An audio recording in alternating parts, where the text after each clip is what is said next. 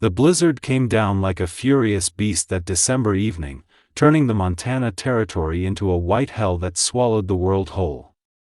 James McAllister had seen bad weather before in his 32 years, but nothing quite like this. The wind screamed across the open prairie with a voice that sounded almost human, and the snow fell so thick he could barely see his horse's ears in front of him. He should have stayed at the line shack another night, should have waited for the storm to pass, but something had pulled him homeward. Some feeling he couldn't name had told him to ride, and James had learned long ago to trust his instincts. They'd kept him alive through the war, through cattle drives, through more close calls than he cared to remember. His ranch was still 5 miles off when he saw the dark shape huddled against a cottonwood tree. At first he thought it might be a calf, separated from the herd, but as he drew closer his heart seized in his chest. It was a woman, curled into herself like a wounded animal, her dress white beneath the accumulating snow. She wasn't moving. James swung down from his horse before he'd even fully stopped, his boots sinking deep into the drifts. He knelt beside her and brushed the snow from her face. She was young, maybe 23 or 24, with dark hair plastered to her pale cheeks. Her lips had gone blue. But she was breathing, shallow and slow.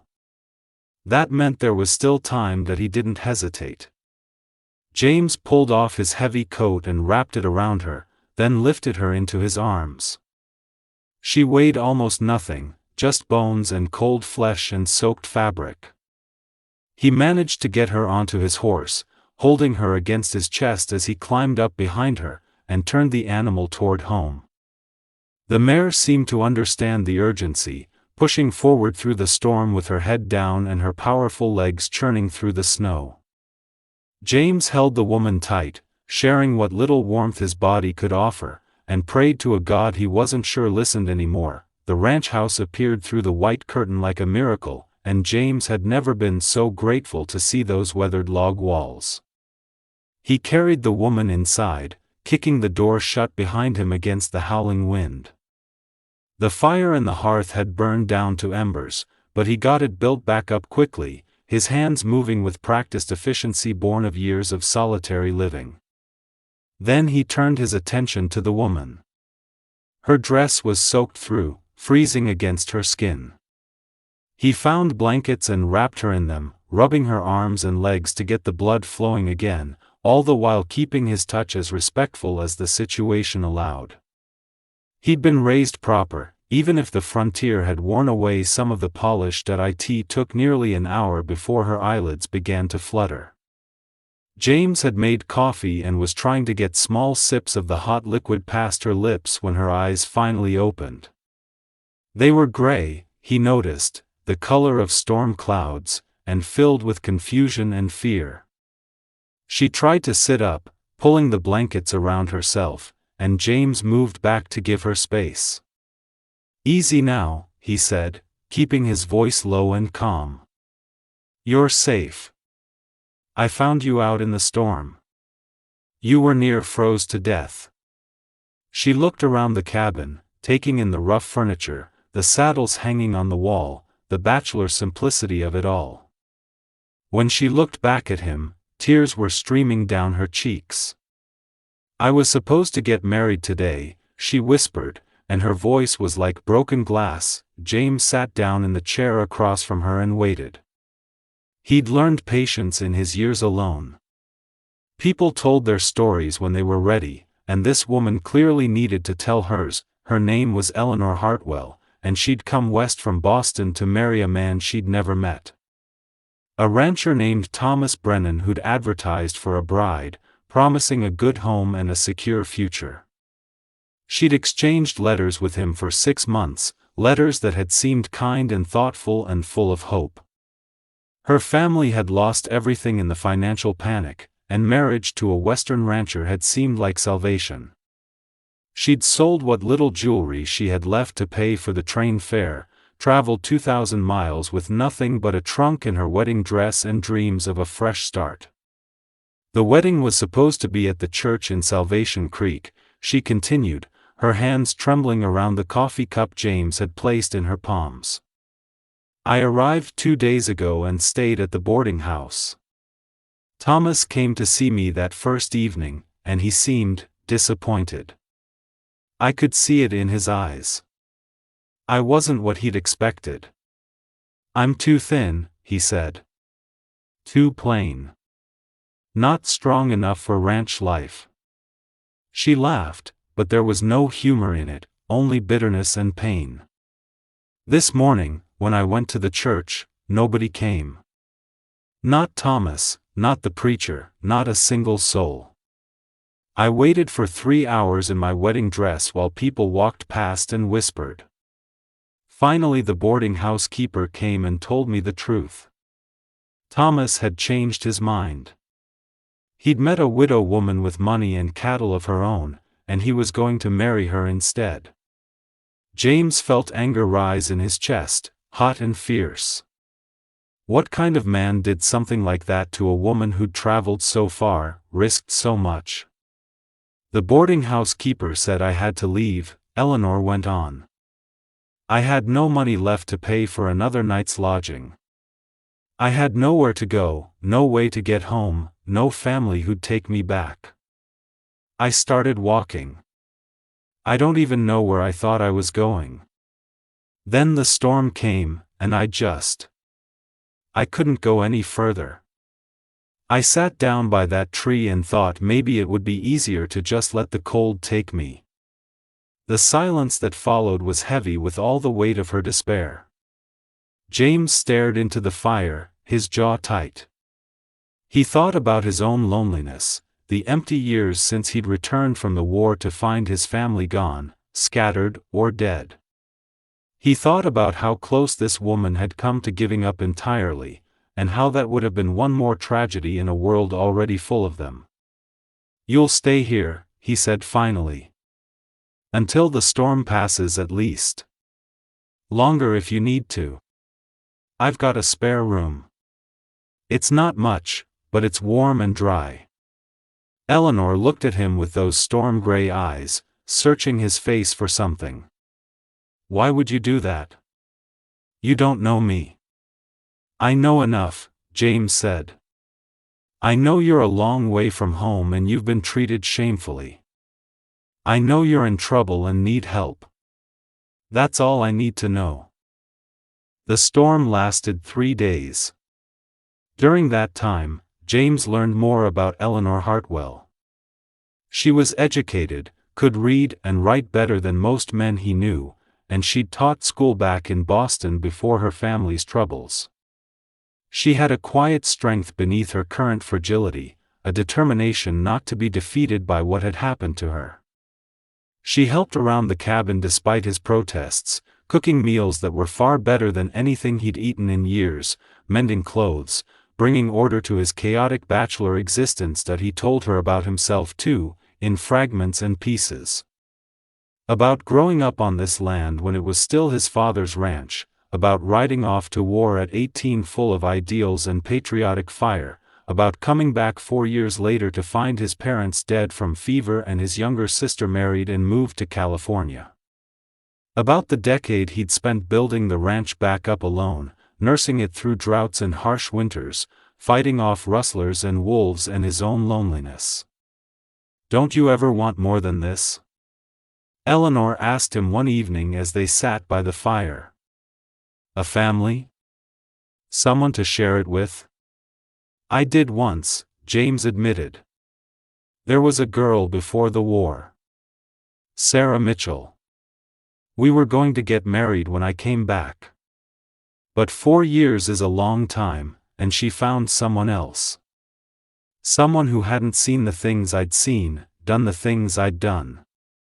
I couldn't blame her. I came back different, harder. Not the boy she'd fallen in love with." "War changes everyone," Eleanor said softly. "It does. But some changes go too deep. I figured I was meant to be alone. Got used to it, mostly. When the storm finally broke and the sun came out, turning the snow-covered landscape into a blinding white paradise. They both knew decisions had to be made. Eleanor stood at the window, looking out at the vast expanse of land surrounding the ranch house, and James saw her shoulders straighten with new resolve. "I want to stay," she said without turning around. "Not as charity. I'll work. I can keep house, help with the cooking, tend a garden in spring. I can teach if there are any families nearby with children who need schooling. I'll earn my keep. I can't go back east. I have nothing there. And I'm not ready to face that town again, all those people who saw me abandoned at the altar." James considered her words carefully. It would cause talk, a single woman living on a bachelor's ranch. But he found he didn't much care what people said. He'd stopped living his life according to other people's opinions years ago. And the truth was, he didn't want her to leave. The cabin felt different with her in it, warmer somehow, more alive. The silence that had been his constant companion for so long didn't seem quite so oppressive when there was someone to share it with. "There's a line shack about 2 miles north," he said slowly. "It's small, just one room, but it's sturdy. I use it during calving season. You could stay there if you wanted your own place. Or—" he hesitated, then pushed forward. "Or you could stay here. In the spare room. Proper like. I give you my word I'd be a gentleman. And come spring, if you wanted, we could ride into Salvation Creek and make it official. Legal. A marriage of convenience, they call it. You'd have a name and a home, protection. I'd have company. Partnership. Someone to help build this place into something more than just a way to pass the time until death." Eleanor turned from the window, and he saw tears in her eyes again, but these were different from the ones she'd cried that first night. "You'd do that? Marry someone you barely know, just to give her a place to belong?" "I'd do it because I think we could make a good life together," James said honestly. "Not love maybe, not at first. But respect and kindness and common purpose. That's more than a lot of married folks have.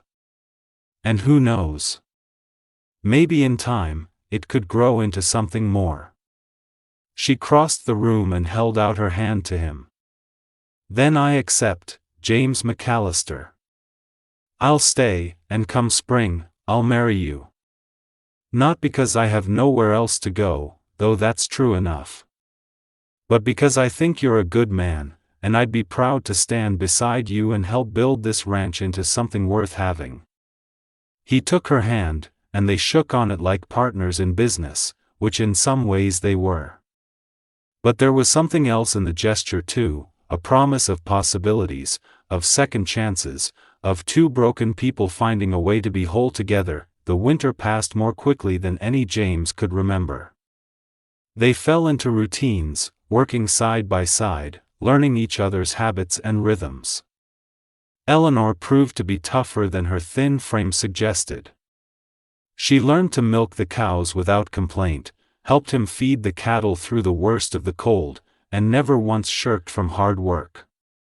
He taught her to ride properly, to handle a rifle, to read weather signs and understand the land. She taught him that it was okay to laugh again, to hope for more than just survival, to believe that the future might hold something better than the past. 3 families lived within riding distance, and Eleanor started teaching their children twice a week in the ranch house, transforming the front room into a makeshift schoolhouse.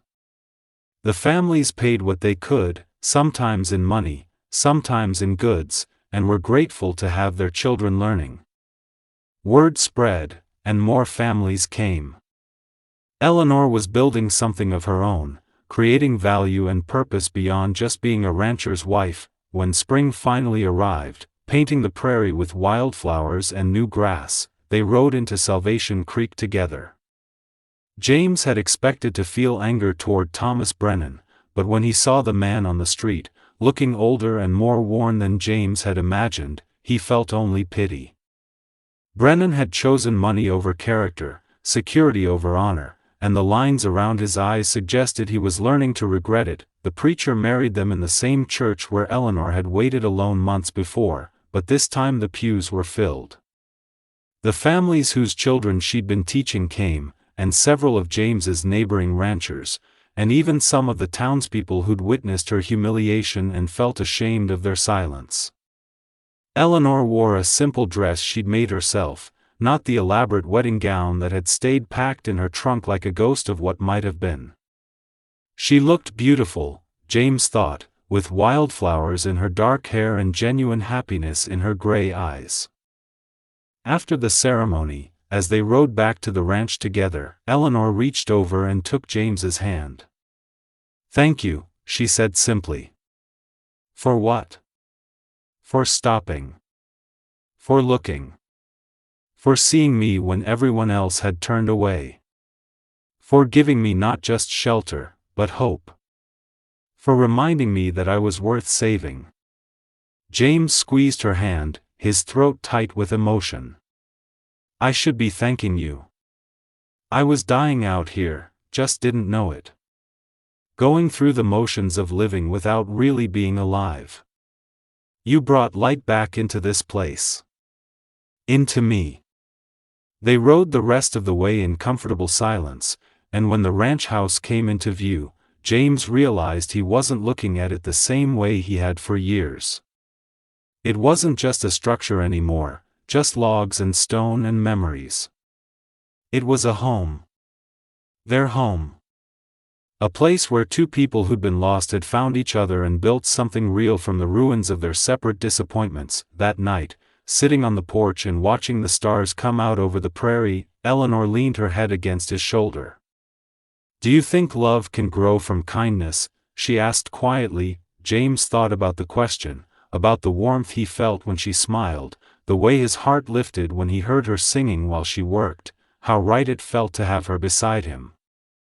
"I think maybe it already has," he said.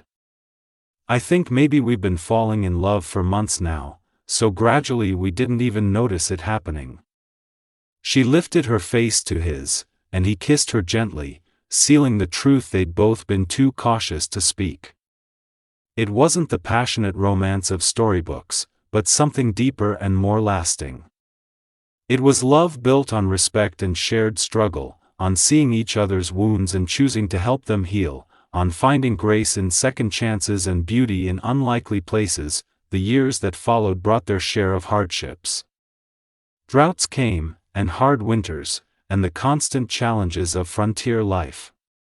But they faced everything together, James and Eleanor McAllister, partners in the truest sense. They built the ranch into one of the most prosperous in the territory, raised 3 children who grew up strong and kind, and created a legacy of perseverance and hope. The story of how they met became legend in those parts, told and retold until it took on the quality of myth. The bride abandoned in the snow, and the lonely rancher who saved her, and how 2 broken souls had mended each other and proved that sometimes the worst moments of our lives are really doorways to our best ones, if we're brave enough to walk through them. And on winter evenings when the snow fell soft and silent over the Montana prairie, James would pull Eleanor close and remember that first night, when he'd found her half frozen beneath that cottonwood tree.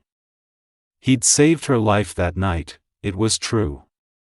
But what he'd learned in all the years since was that she'd saved his too, in all the ways that really mattered.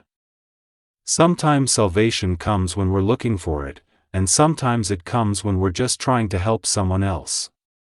Either way, grace finds us in the most unexpected places, and love grows where it's planted with care, even in the hardest ground.